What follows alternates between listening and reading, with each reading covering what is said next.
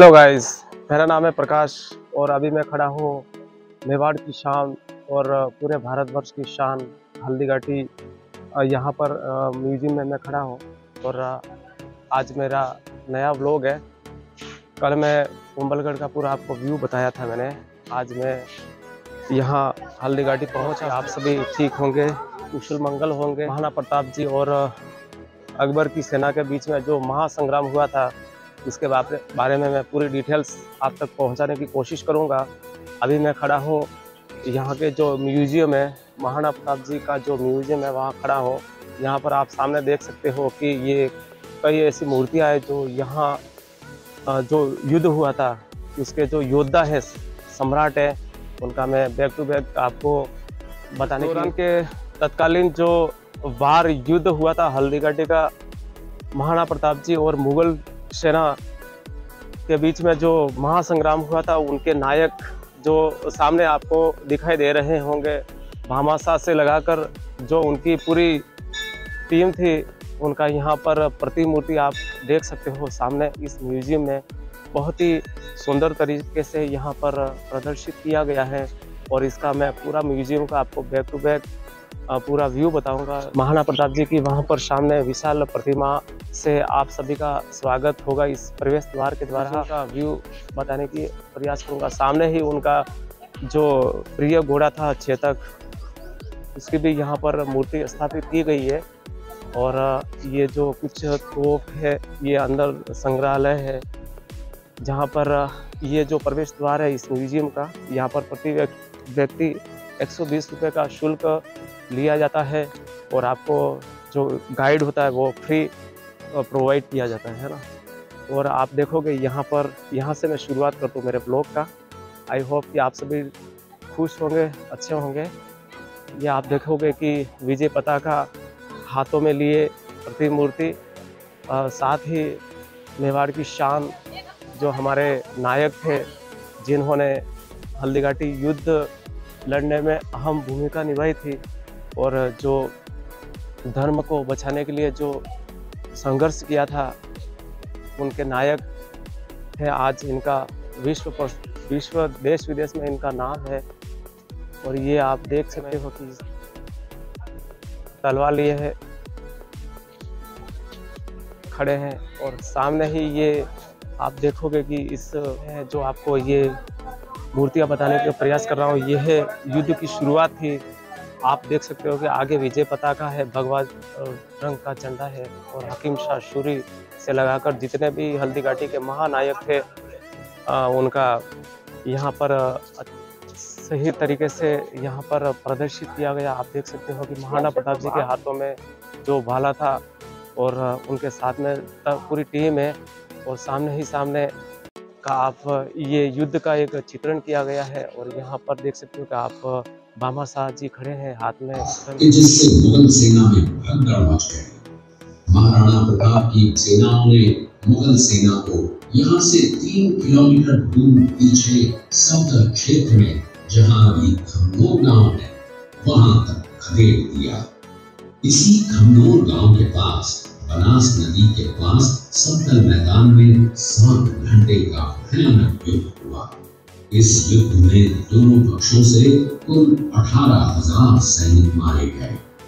जब ये युद्ध समाप्त हुआ तो वहां पर मानसूनी बरसात हुई और वहां पर कटी हुई लाशें और खून में पानी में मिलकर एक तलाई का रूप ले लिया। इतिहासकारों ने इस तलाई को रक्त तलाई का नाम दिया। इस युद्ध में ग्वालियर का एक पूरा राज परिवार, जिसमें राजा राम शाह तहर और उनके दोनों पुत्र थे, शहीद हो गया। जहाँ पर जो प्रॉपर वार हुआ था हल्दीघाटी का, उसका जो बेसिक नॉलेज यहाँ पर दिया जाता है। और आप देखोगे जो इस कक्ष के चारों तरफ ऊपर की ओर यहाँ पर जो युद्ध का व्यू है, आप देखोगे यहाँ पर बैक टू बैक आपको हर चीज़ की यहाँ पर चित्रण और मूर्तियों के द्वारा यहाँ पर प्रॉपर आपको जानकारी दी जाएगी। और भी आप देखोगे कि यहाँ पर जैसे ही आप प्रवेश करते हो, सामने एक बड़े स्क्रीन पे आपको जो हल्दीघाटी वॉर था उसका आपको बैक टू बैक व्यू आपको मिलेगा और यहाँ से आपको इन्फॉर्मेशन मिल जाएगी।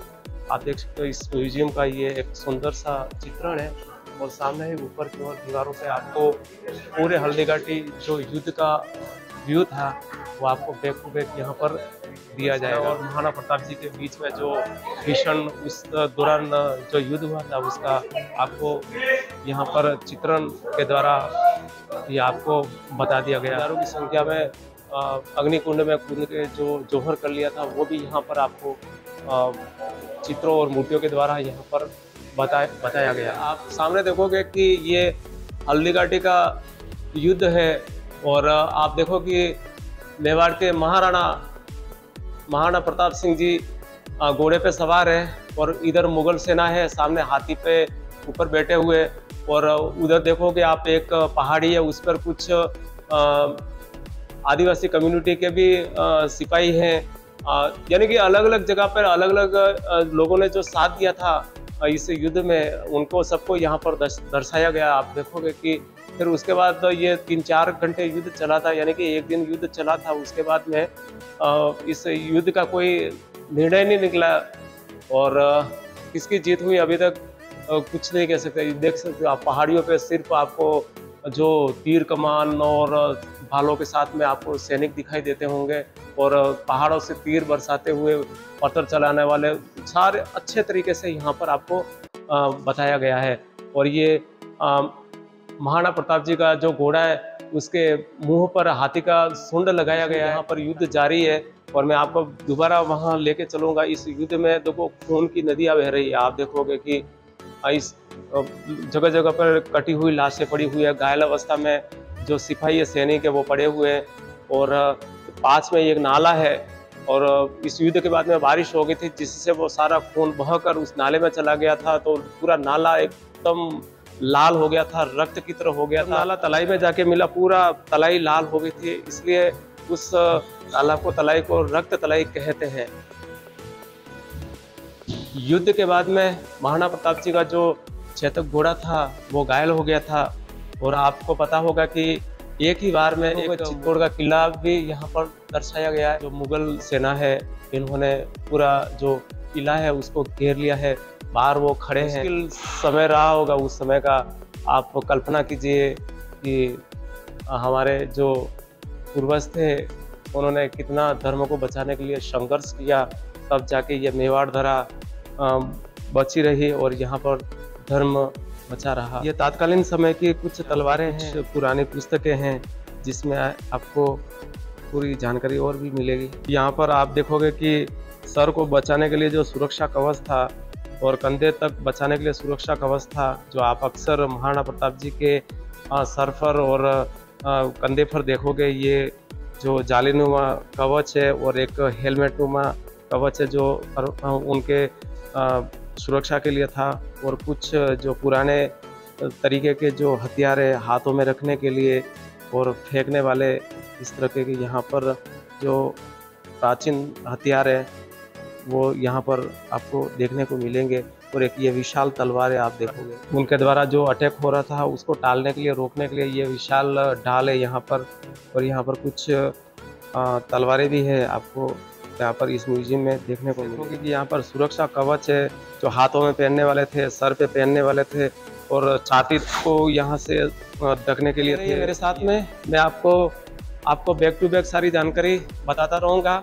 अगर आपने मेरा चैनल सब्सक्राइब नहीं किया तो प्लीज़ आप चैनल को सब्सक्राइब कर दें।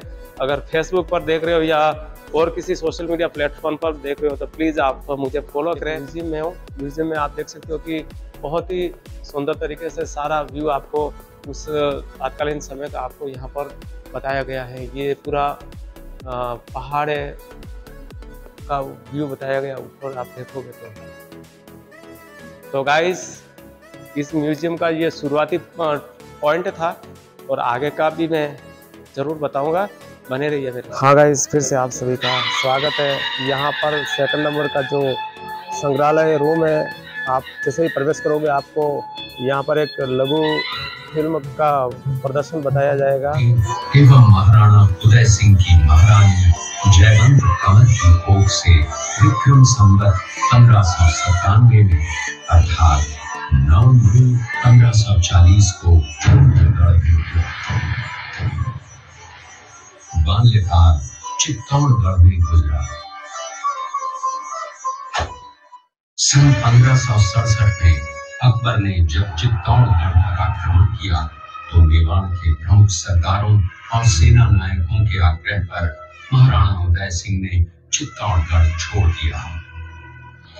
अपने देश, कुल, गौरव और मातृभूमि की मर्यादा के लिए प्राण न्योछावर करने वाले योद्धाओं और ललनाओं से प्रताप ने न केवल सीख ली बल्कि ये घटना उनके जीवन का आधार बन गई। फरवरी 1572 को महाराणा उदय सिंह का देहांत हुआ। प्रताप की ज्येष्ठता और योग्यता को ध्यान में रखते हुए सरदारों ने उनको राजगद्दी पर आसीन किया। होली के दिन उनका गोकुंदा में राज तिलक हुआ। उस समय तक लगभग सभी राजाओं ने अकबर की अपील का स्वीकार कर ली थी। एकमात्र महाराणा प्रताप ने अपना मस्तक अकबर के आगे नहीं झुकाया। प्रताप मुगलों से लोहा लेने की तैयारी में जी जान से जुट गए। 18 जून 1576 की सुबह हल्दी घाटी और खमनोर के मध्य एक मैदान में ऐतिहासिक युद्ध हुआ।